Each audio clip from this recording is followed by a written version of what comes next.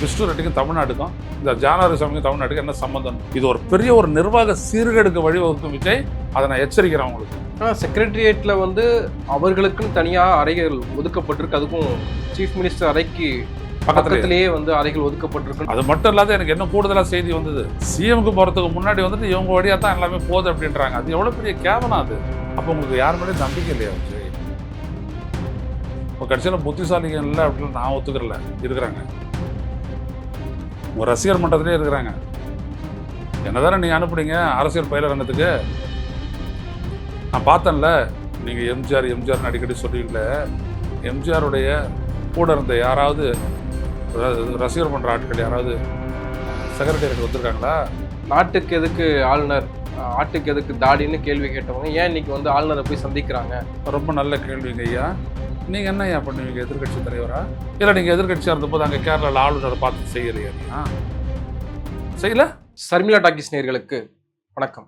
இந்த நேர்காணலில் நாம் சந்திப்பவர் மூத்த பத்திரிகையாளர், அரசியல் திறனாய்வாளர் திரு ஐயநாதன் அவர்கள். வணக்கம். ஒரு சக்தி வாய்ந்த நிர்வாக முடிவுகளை எடுக்கக்கூடிய கேபினெட் மீட்டிங், அமைச்சரவை கூட்டத்தில் அமைச்சரவைக்கு சம்பந்தமே இல்லாத இரு நபர்கள், குறிப்பாக ஜான் ஆரோக்கியசாமி மற்றும் விஷ்ணு ரெட்டி இருவரும் கலந்து கொண்டது ஒரு பெரும் சர்ச்சையாக மாறி இருக்கு. இப்போ அது குறித்து பாஜகல இருந்து திமுக அதிமுகவும் ஆளுநர்கிட்ட மனு கொடுத்துருக்குறாங்க. அது மீது நடவடிக்கை எடுக்கணும்னு சொல்லியிருக்காங்க. ஏன் இப்படி நடக்குது? இந்த அரசாங்கம் ஏன் அதை பற்றி பெருசாக கருதவில்லையா? நீங்க எப்படி அதை பார்க்குறீங்க? விஜய்க்கு வந்துட்டு அரசியல் ஆலோசகராக வந்துட்டு ஸ்ட்ராட்டஜிக் திங்கர்ன்னு வச்சுக்கோங்க. ஜான் ஆரோக்கியசாமி இருக்கிறாரு. அது இருந்துட்டு போட்டோம், அரசியலில் இருக்கலாம். ஆனால் ஒரு அரசு அப்படின்னு ஒன்று வரும்போது அதற்கு வந்துட்டு இவங்களெல்லாம் எப்படி ஒரு அகாமடேட் பண்ணுறாரு அப்படின்றது எனக்கு புரியலை. அப்படி பண்ணுறதா இருந்ததுன்னா அவங்களுக்கு வந்துட்டு ஒரு அஃபிஷியல் பொசிஷன் கொடுக்கணும். இப்போ வந்துட்டு ஆஃபீஸர் ஆன் ஸ்பெஷல் டியூட்டி அப்படின்னு சொல்லிட்டு நீங்கள் ஒன்று கொடுத்தீங்க, உங்களுடைய ஜோதிடருக்கு கொடுத்தீங்க. அப்புறம் எல்லாருக்கும் கிரெடிட்டைஸ் பண்ண உடனே விட்டீங்க. அந்த மாதிரி இவருக்கு ஒன்று கொடுக்கலாம், ஸ்டேட்டஸை கொடுத்துட்டு நீங்கள் பண்ணியிருக்கலாம். அது ஒன்று. ரெண்டாவது விஷயம் வந்துட்டு விஷ்ணு ரெட்டி யார்? இவர் உங்களுடைய ஆலோசகர் இருந்தார் அரசியலில், அவர் அப்படி கூட்டுக்கிறீங்க, வச்சுக்கிறீங்க. விஷ்ணு ரெட்டி யார்? விஜயினுடைய நெருங்கிய நண்பர்னு சொல்கிறாங்க. அதே மாதிரி தான். இப்படியெல்லாம் வச்சுக்கிட்டீங்க அப்படின்னோம்னா உங்களுடைய ஆட்சி அப்படின்றது மக்கள் மத்தியில் பெரிய கேவலமாக பேசப்படும். நான் விஜய் மீது வந்துட்டு கொஞ்சம் ஒரு மரியாதையோட அக்கறையோடு நான் பேசுகிறேன். உங்கள் ஆட்சியை பற்றி கேவலமாக பேசப்படும். யார் இவங்கெல்லாம்? உங்களோட அறிமுகமானவங்க இந்த ஜான் ஆரோக்கியசாமி எல்லாம் வெளியிலலாம் அறிமுகமானது ரகசியமாகவே இருந்தார். அவர் பின்னாடி வந்து செயல்படுறவர், பெரிய மூளை அவர். அது இருக்கட்டும், மூளையோ கிட்னியோ ஏதோ ஒன்று விட்டுருங்க. இவர் புசி ஆனந்த் எல்லாருக்கும் தெரியும், ஆதவர்ஜனாவும் எல்லாருக்கும் தெரியும், நிர்மல்குமாரை தெரியும், அருண்குமாரை தெரியும். ஸோ இவங்கெல்லாம் உங்களுடைய கட்சியினுடைய மாவட்டத்தில் இருக்கிறவங்களாம் எல்லாம் மக்களுக்கு தெரியும். மக்களுக்கு தெரியாத ஒருத்தரை வந்துட்டு நீங்கள் எப்படி வச்சுக்கலாம்? இவங்களெல்லாம் டெல்லி கூட்டு போகிறீங்க, ஆளுநர் மாளிகை கூட்டு போகிறீங்க, வெங்கட் நாராயணையும் அதே மாதிரி தான் பண்ணுறீங்க. அப்புறம் அவருக்கு ஒரு பொசிஷனை கொடுக்குறீங்க. அதை பற்றி கேள்வி எழுப்பும் போது நீங்கள் பெசாது இருக்கிறீங்க. அரசின் சார்பாக ஒரு விளக்கம் கூட கொடுக்கல. அவர் திருமாவளவன் என்ன சொல்கிறாரு, அதெல்லாம் ஒரு முதலமைச்சர் அவர் விரும்பினா எதை வேணாலும் செய்யலாமா? தனிப்பட்ட விருப்பம்ன்றாங்க. அது எப்படி அது தனிப்பட்ட விருப்பம்? ஒரு சீஃப் மினிஸ்டருடைய ப்ரெரோகேட்டிவ் அப்படின்றது வந்துட்டு எல்லாமே அரசமைக்கு உட்பட்டது தான். இப்போ இவங்க எதை ஆராய்வாங்க? அப்போ உங்களுடைய கேபினெட் அமைச்சர்கள் எதை ஆராய்வாங்க? எப்படி இவங்களை வந்துட்டு வச்சு நீங்கள் கேபினெட் கூட்டத்துக்கு கூட்டுறீங்க? இல்லை நீங்கள் மக்களுக்கு விளக்கம் கொடுங்க. இப்போ எனக்கெல்லாம் அரசியல் ரொம்ப நாளாக இருக்கிறேன், இப்படிலாம் யாரும் பண்ணதை தெரியல எனக்கு. அதனால சொல்ல வரேன். இப்போ ஸ்டாலினுக்கு வந்துட்டு நிறைய பேர் அட்வைசர்ஸாக இருந்திருக்கிறாங்க. பார்த்தீங்கன்னா அவங்கெல்லாம் வந்துட்டு அவர் அகாமடேட் பண்ண இடம் வந்துட்டு தமிழக அரசனுடைய பிளானிங் கமிஷன், திட்ட ஆணையம். ஏன்னா அது மக்களுக்கு செய்கிறது. மக்களுடைய தேவை என்ன, எதிர்பார்ப்பு என்ன, எதை செய்யலாம், எதை பண்ணலாம் அப்படின்னு அது செஞ்சிச்சு. அது இல்லாத பொருளாதார ஆலோசகர்லாம் இருந்தாங்க. இந்த நாட்டுடைய ரிசர்வ் பேங்கினுடைய ஆளுநராக இருந்தவங்களாம் இருந்தாங்க. அதெல்லாம் எனக்கு தெரியும், எல்லாருக்கும் தெரியும். நோபல் பரிசு பெற்றவர்லாம் இருந்தாங்க ஆலோசகராக, அதெல்லாம் தெரியும். யாரும் அவங்க வந்துட்டு கேபினெட் மீட்டிங்லலாம் கலந்துக்கலையே. அவங்க தனிப்பட்ட முறையில் ஸ்டாலின் கூட்டம் கூட்டினாரு, அந்த கூட்டத்தில் அவங்க வந்து கலந்துக்கிட்டாங்க. அந்த ஆலோசனை என்ன பண்ணாரு அது வேற. அது கூட ஒரு அஃபிஷியலாக ஒரு பேர் கொடுத்தாரு, ஆலோசனை குழு, பொருளாதார ஆலோசனை கூட அப்படின்னு சொல்லி கொடுத்தாரு. நீங்க எதுவுமே செய்யாத எல்லாமே ரகசியமா செய்றீங்க. அது ஒண்ணுமே புரியல. செக்ரட்டரியேட்ல வந்து அவர்களுக்குன்னு தனியா அறைகள் ஒதுக்கப்பட்டிருக்கு. அதுக்கும் சீஃப் மினிஸ்டர் அறைக்கு பக்கத்துலயே. பக்கத்திலேயே வந்து அறைகள் ஒதுக்கப்பட்டிருக்குன்ற அதான் செய்தி. சொல்ல வரேன். அதெல்லாம் தப்பு தானே. எப்படி? அது மட்டும் இல்லாத எனக்கு இன்னும் கூடுதலா செய்தி வந்தது. சிஎம்க்கு போறதுக்கு முன்னாடி வந்துட்டு இவங்க வழியா தான் எல்லாமே போகுது அப்படின்றாங்க. அது எவ்வளவு பெரிய கேவலம் அது. உங்களுக்கு தரக்கூடிய ரகசிய அறிக்கையை அவங்க பார்த்து பார்வைக்கு பிறகுதான் உங்ககிட்ட வருது அப்படின்னம்னா, அப்புறம் என்ன இருக்குது அதனுடைய அர்த்தம்? இப்போ டிஜிபி அலுவலகத்துல இருந்துட்டு ஒரு நாளைக்கு ஒரு 4 இன்புட் வந்துட்டு சிஎம்க்கு நேரடியா போகும். யாரும் நடுவுல பார்க்க முடியாது. சீஃப் செக்ரட்டரியோ வேற யாரும் பார்க்க முடியாது. அவருடைய டேபிளுக்கு போகும். அது ஜான் ஆரோக்கியசாமியோ விஷ்ணு ரெட்டியோ பார்த்துட்டு கொடுக்குறாங்கன்னா அப்புறம் என்ன இருக்கு அதுல அர்த்தம்? இல்ல அதனாலதான் அஸ்ட்ரா கார்க் வந்து இந்த பதவியிலிருந்து விடுவித்து நான் வந்து மத்திய பதவிக்கு நான் போறேன். ஆமா. அப்படின்னு சொன்னதுக்கான காரணம் இதுதான் அப்படின்னு சொல்றாங்க. நான் என்ன கேட்கறேன்னா, அஸ்ராக்காருக்கு போன்ற ஆட்கள்லாம் நீங்க இழந்துட்டீங்க அப்படின்னோம்னா அப்புறம் உங்க அரசுக்கு வந்துட்டு ஒரு டைரக்ஷனே இருக்காது. அதே மாதிரி திரு அஸ்ராகார்க் அவர்களுக்கு சொல்றேன். நீங்க வந்து தமிழ்நாட்டை பெருசா பாருங்க. விஜய பெருசா பார்க்காதீங்க. தமிழ்நாட்டை பெருசா பாருங்க. தமிழ்நாட்டோட நலனை பாருங்க. இந்த தமிழ்நாட்டை விட்டு ஓடிட்டு என்ன பண்ணீங்க? நீங்க ஓடிடுவீங்க. நீங்க பரவாயில்ல. இப்போ எங்களாட்ட ஆட்கள்ல நாங்க எங்க போறது? நாங்கெல்லாம் இங்கே தான் இருப்போம். அப்ப எங்களை போன்றவர்கள் தான் நீங்க அதிகார வர்க்கத்துல நீங்க இருக்கக்கூடியவங்க. உங்க மேல எல்லாம் நிறைய மரியாதை இருக்கு மக்களுக்கு. நீங்க இங்க இருந்து செயல்படுங்கன்ற நான் அவரை கேட்டுக்கிறேன். ஆனா விஜய் அவர்களே நீங்க பண்றது ரொம்ப ரொம்ப தப்பு. இன்னும் சொல்ல போனா இது வந்துட்டு அடிப்படையற்றது. There is no basis at all. நீங்க பண்ணக்கூடிய செயல் எல்லாமே. நீங்க இங்க இருந்துட்டு போங்க டெல்லிக்கு. அதுல ஒரு அமைச்சரே இல்லை. டெல்லிக்கு நீங்க கூட்டு போகும்போது அது எப்படி அது? இதுல ஜெகதீஷ் பழனிசாமிக்கு வந்து விஜயினுடைய பிஏன்ற ஒரு போஸ்டிங் கொடுத்தது. அது வந்து லேட்டர் அவருடைய பிறந்த நாளுக்கு தான் அது வெளியில வந்தது அந்த செய்தியே. அதுபோல இவர்களுக்கும் அரசு பொறுப்புல ஒரு இடம் கொடுக்கப்பட்டிருக்கான்ற செய்தி இன்னும் நமக்கு தெளிவாக தெரியல. அவங்க வந்துட்டு எக்ஸ் தளத்துல போடுற வரைக்கும் நம்ம காத்துட்டு இருக்கலான்றீங்களா? இதெல்லாம் இதெல்லாம் என்ன சொல்றது? கேவலன்ற வார்த்தையை நான் பயன்படுத்த தயாரா இல்லை. ஆனா கேவலம் தான். இதெல்லாம் என்னன்னு சொல்றது? ஜெகதீஷ் பழனிசாமி எல்லாம் உங்களோட இருந்து என்ன பண்ண போறாரு? பல வருடங்களா விஜய் கூட இருக்கார்ல அவரு. விஜய் கூட இருந்து என்ன பண்ணாரு? assistant-ஆ மேகதாடு இருந்தாரு. விடயத்தில் மேனேஜரா இருந்தாரு. விஜயனுடைய மேனேஜரா இருந்தாரு. அதான் மேகதாடு விடயத்துல நல்ல காவிரி பிரச்சனையில எப்படி, அப்புறம் முல்லை பெரியார் விஷயத்துல எப்படி, எவ்வளவு தூரம் இதெல்லாம் அவர் சொல்றாரு. உங்களுக்கு மேனேஜர் அப்படின்னா அந்த ஆளுனுடைய வேலையே வேற. இந்த வேலையெல்லாம் செய்யறதுக்கு உங்களோட ஒருத்தர் ஆஃபிஷியலாக போட்டு வச்சுக்கீங்களா? அப்போ உங்களுக்கு யார் மேலேயும் நம்பிக்கை இல்லையா விஜய்? உங்க கட்சியில் புத்திசாலிகள் இல்லை அப்படின்னு நான் ஒத்துக்கிறல. இருக்கிறாங்க. உங்க ரசிகர் மன்றத்திலே இருக்கிறாங்க. என்னதானே நீ அனுப்புனீங்க அரசியல் பயிலரங்கத்துக்கு? நான் பார்த்தேன்ல, இருக்காங்க. இளைஞர்களே இருக்காங்க. உங்களுக்கு தெரியாது, அது உண்மை. தெரிஞ்சுக்கலாமே. என்ன தடை? யார் இந்த மாதிரிலாம் இருக்கிறீங்க? அந்த மாதிரி பொசிஷன் இருக்கிறாங்களே எம்எல்ஏ, அவங்களெல்லாம் கூப்பிடுங்க, பேசுங்க. யார் அந்த மாதிரி இருக்கிறதுன்னு கேட்டு அவங்களெல்லாம் பண்ணுங்க, பயிற்றுவீங்க. உங்களாட்ட தான் அவங்களும் கற்றுக்கணும். அதை விட்டுட்டு உங்க கூட இருக்கிறவங்க இவங்கெல்லாம் யாருங்க? இவங்கெல்லாம் விஷ்ணு ரெட்டி யாரு? தமிழ்நாட்டுக்கு அவருக்கு என்ன சம்பந்தம்? இல்லை, நீங்க நம்பிக்கைன்ற வார்த்தையை சொன்னீங்க இல்லையா? அப்போ அவருக்கு நம்பிக்கைக்குரிய ஆட்களை தன் உடன் வைத்திருக்காரு. ஏங்க நீங்க வந்துட்டு ஆட்சி அதிகாரத்தை கையாளுறீங்க. உங்களுக்கு எதுக்கு நம்பிக்கை?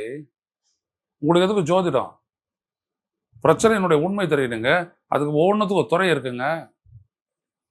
சொல்றாருல சு வெங்கடேசன், 39 அமைச்சகங்கள் 95 துறைகள் ஏதோ சொல்றாருல அவரு. அவ்வளவுதானே. அந்த துறையை கேளுங்க. இப்ப நீங்க ஒரு மேகதாடு தொடர்பா பிரதமர் ஒரு லெட்டர் எழுதுனீங்களா? அந்த லெட்டர் யார் டிராஃப்ட் பண்ணது? யார் பண்ணது? ஆதவ அர்ஜுனாவா? விஷ்ணு ரெட்டியா? ஜெகதீஷ் பழனிசாமியா? இல்ல உங்க கூட இருக்கிற ஜோதிடரா? யார் அதை டிராஃப்ட் பண்ணது? அதை பண்ணது சிஎம் காவேரி செல், தமிழ்நாடு அரசனுடைய காவேரி செல். அதை படிக்கும் போது எனக்கு தெரியும். அப்ப இருக்குங்களா எல்லாத்துக்கும் ஒன்றும்.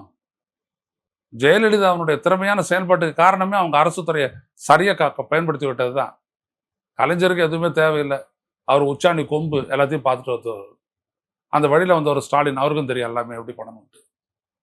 ஸ்டாலின் எதுவுமே தன்னுடைய வாயிலிருந்து சொல்லவே மாட்டாரு. முதல்ல அந்த நிபுணர் குழு கிட்ட தான் போகும்.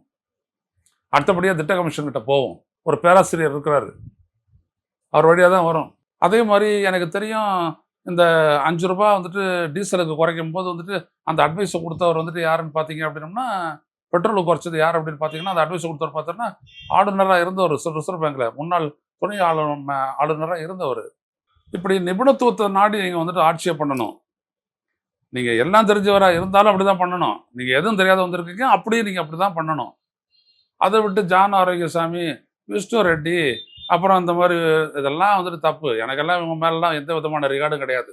நான் இந்த தமிழ்நாட்டின் மீது உள்ள அக்கறையினால நான் உங்ககிட்ட பேசுறேன். உங்க மேல எனக்கு ஒரு அறிமுகம் இருக்குது. அதனால நான் சொல்ல வரேன். மாத்தி செய்யுங்க. ரொம்ப தற்குறித்தனமா இருக்குது அது. என்னடா அது விளையாட்டா இருக்குது இன்னும் சொல்லப்போனா நினைச்சு பார்த்தோம்னாலே.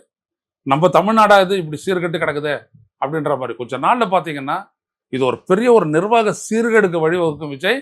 அதை நான் எச்சரிக்கிறேன் உங்களுக்கு. இல்ல சென்ற ஆட்சியிலும் அதிமுகவினுடைய பொதுச் செயலாளர் திமுக ஆட்சியிலும் அதிகார மையங்கள் பிரிந்திருக்கு, அது வந்து துர்கா ஸ்டாலின் செபரேஷன் அப்படின்லாம் இருக்கு அந்த கதை நீங்க வேற ஒரு கதை சொல்றீங்க. அது வேணாம்.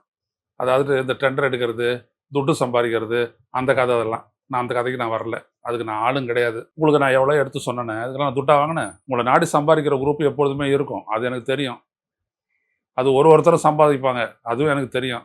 ஒரு கட்சி இருந்தாலே நீங்கள் சம்பாதிச்சாகணும், அதுவும் எனக்கு தெரியும். ஆதவ அர்ச்சனா போடுறவர்களுக்கெல்லாம் அதான் வேலையாக இருக்கும், அதுவும் எனக்கு தெரியும். அதெல்லாம் நான் சொல்ல வரல. நான் ஆட்சி அதிகாரத்தை எப்படி நடத்துறது, இந்த தேரை எப்படி ஓட்டு செல்றது அப்படின்றத நான் சொல்கிறேன். அதனால பவர் சென்டர் அப்படின்னு அப்போ பவர் சென்டர் இவங்கெல்லாம் பவர் சென்டராகவே ஆயிட்டாங்கன்னு வச்சுக்கோங்க. என்ன பண்ணுவீங்க நீங்கள்? உங்களை சார்ந்து நிற்கிறதுக்காக தானேங்க அவ்வளோ பெரிய செக்ரட்டேரியட்டே வேலை செய்யுது. யாருக்காக வேலை செய்யுது செக்ரட்டேரியட்டு?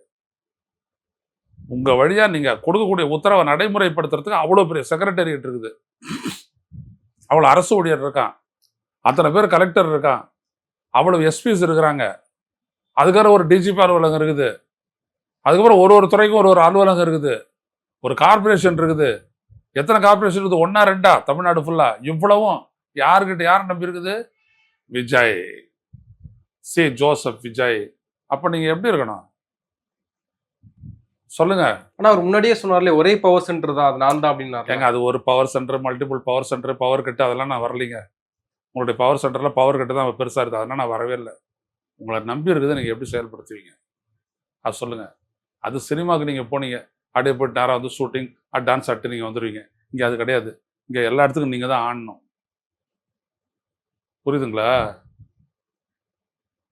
ஒரு திட்ட ஆணையத்தினுடைய தலைவராக வந்த அவர் பேராசிரியர் வந்துட்டு அவர் சொல்றாரு, துறை தலைவராக வந்த பேராசிரியர் சொல்றாரு, நீங்க என்ன போட்டீங்க, எனக்கு தூக்கமே போச்சு அப்படின்னு சொன்னாராம் அவர் சிஎம் கிட்ட. சிஎம் திருப்பி சொன்னாராம், எனக்கு அதுக்கு முன்னாடியே போயிடுச்சுனாராம். யாரு? ஸ்டாலின் சொன்னாரா?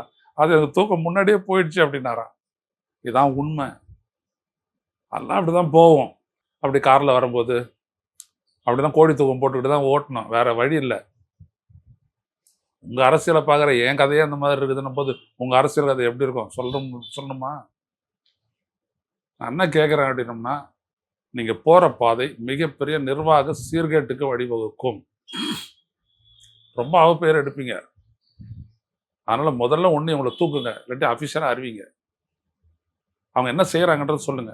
இந்த விஷ்ணு ரெட்டிக்கும் தமிழ்நாட்டுக்கும், இந்த ஜான் ஆரோக்கியசாமிக்கும் தமிழ்நாட்டுக்கும் என்ன சம்பந்தம்? நல்லா ஜான் ஆரோக்கியசாமி பார்த்துக்கிறதுலாம் தெரிஞ்சுக்கிட்டேன்.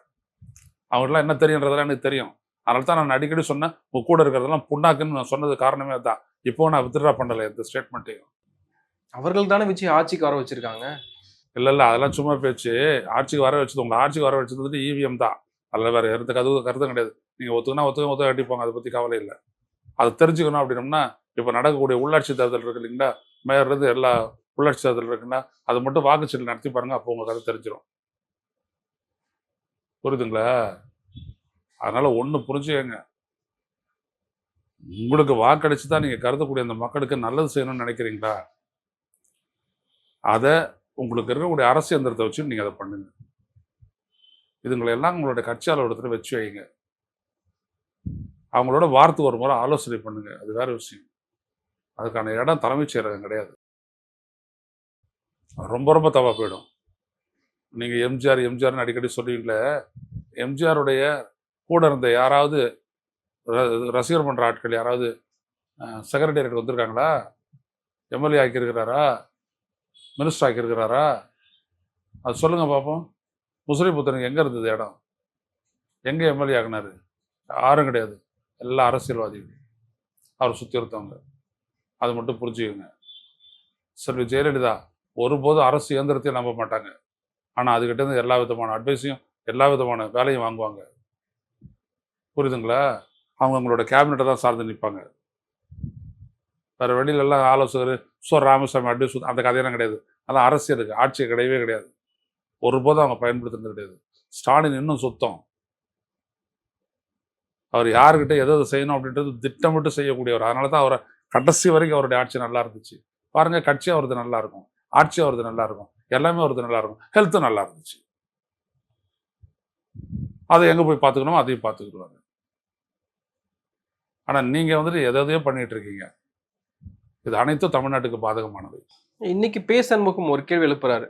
நீங்க நாட்டுக்கு எதுக்கு ஆளுநர், ஆட்டுக்கு எதுக்கு தாடின்னு கேள்வி கேட்டவங்க ஏன் இன்னைக்கு வந்து ஆளுநரை போய் சந்திக்கிறாங்க?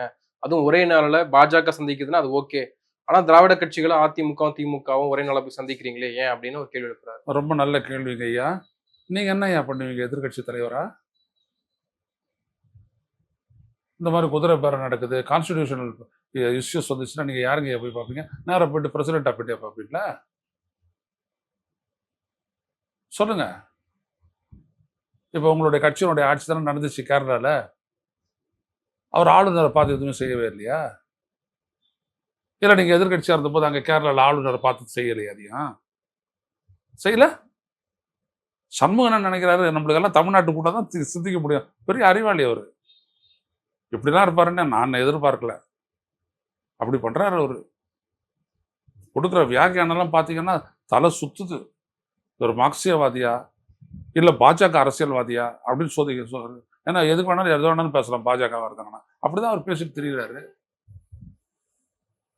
அவர் constitution head of the government. அவர் தான் அமைச்சரவையை எங்கள் பதவி ஏற்க வச்சிருக்காரு.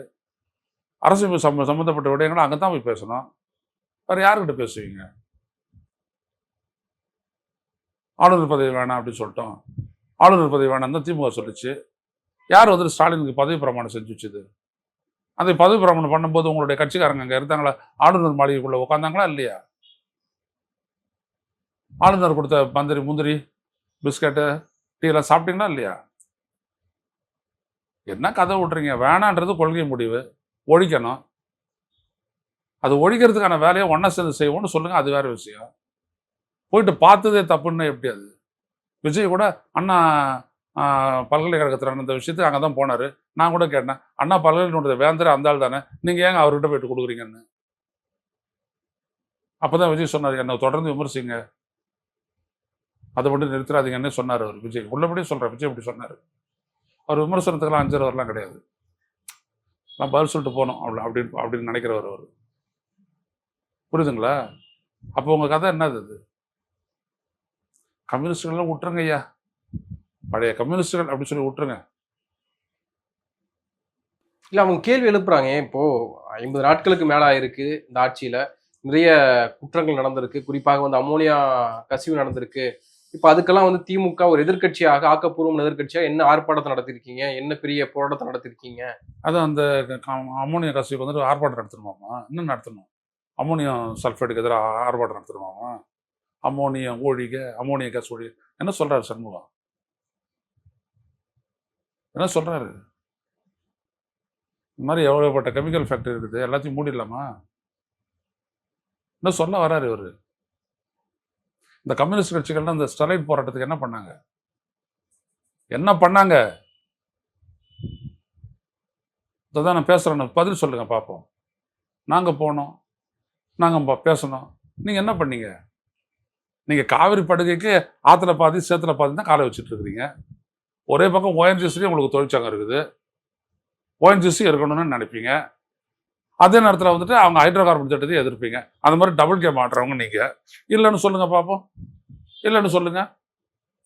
அங்கே இருக்கிற விவசாயி உங்களை பிடிச்சிக்குவான். அதனால் நீங்கள்லாம் எதுவும் பேசாதீங்க, அப்படி எதுவும் கற்றுக் கொடுக்காதீங்க. 2 மாதங்கள் ஆயிருக்கு இந்த ஆட்சியில். இப்போ நல்ல விஷயங்கள்னு ஒன்று இல்லையா? ஐயா, அது உங்கள் பாடு. நீங்கள் தான் ஆளுங்கட்சிக்கு முட்டு கொடுக்குறவங்க. அது என்ன நல்ல விஷயம் நடந்ததுன்றதை நீங்கள் சொல்லுங்கள். இப்போ விஜய் அடுக்குனார்ல, இந்த ஆட்சியில் இந்த இந்த ஒரு மாதத்திற்குள் என்ன நடந்துச்சுன்னு சொன்னார்ல, ஆளுநர் உரைக்கு நன்றி தெரிவிக்கும் போது நீங்கள் பேசுங்க. தீக்கதிர்னு உங்களுக்கு ஒரு பத்திரிக்கை இருக்குது, மக்கள் படிக்கலைன்னா உங்கள் தோழர் படிப்பாங்க, அதில் வரிசையாக அடுக்குங்க, முட்டு கொடுங்க. அவங்க ஜனசக்தி இருக்குது, அதில் முட்டு கொடுப்பாங்க, கொடுங்க. மக்களுக்கு தெரிஞ்சு இங்கே என்ன நடந்துச்சு, நிறைய விஷயம் நடந்துருக்குது, அதெல்லாம் சொல்லக்கூடாது. இப்போ நானும் 6 மாதம் வெயிட் பண்ணுறேன், அதை பார்த்துக்குருவோம். நன்றி, நிறைய விஷயங்களை பகிர்ந்துருக்கீங்க. உங்கள் நேரத்துக்கு மிக்க நன்றி.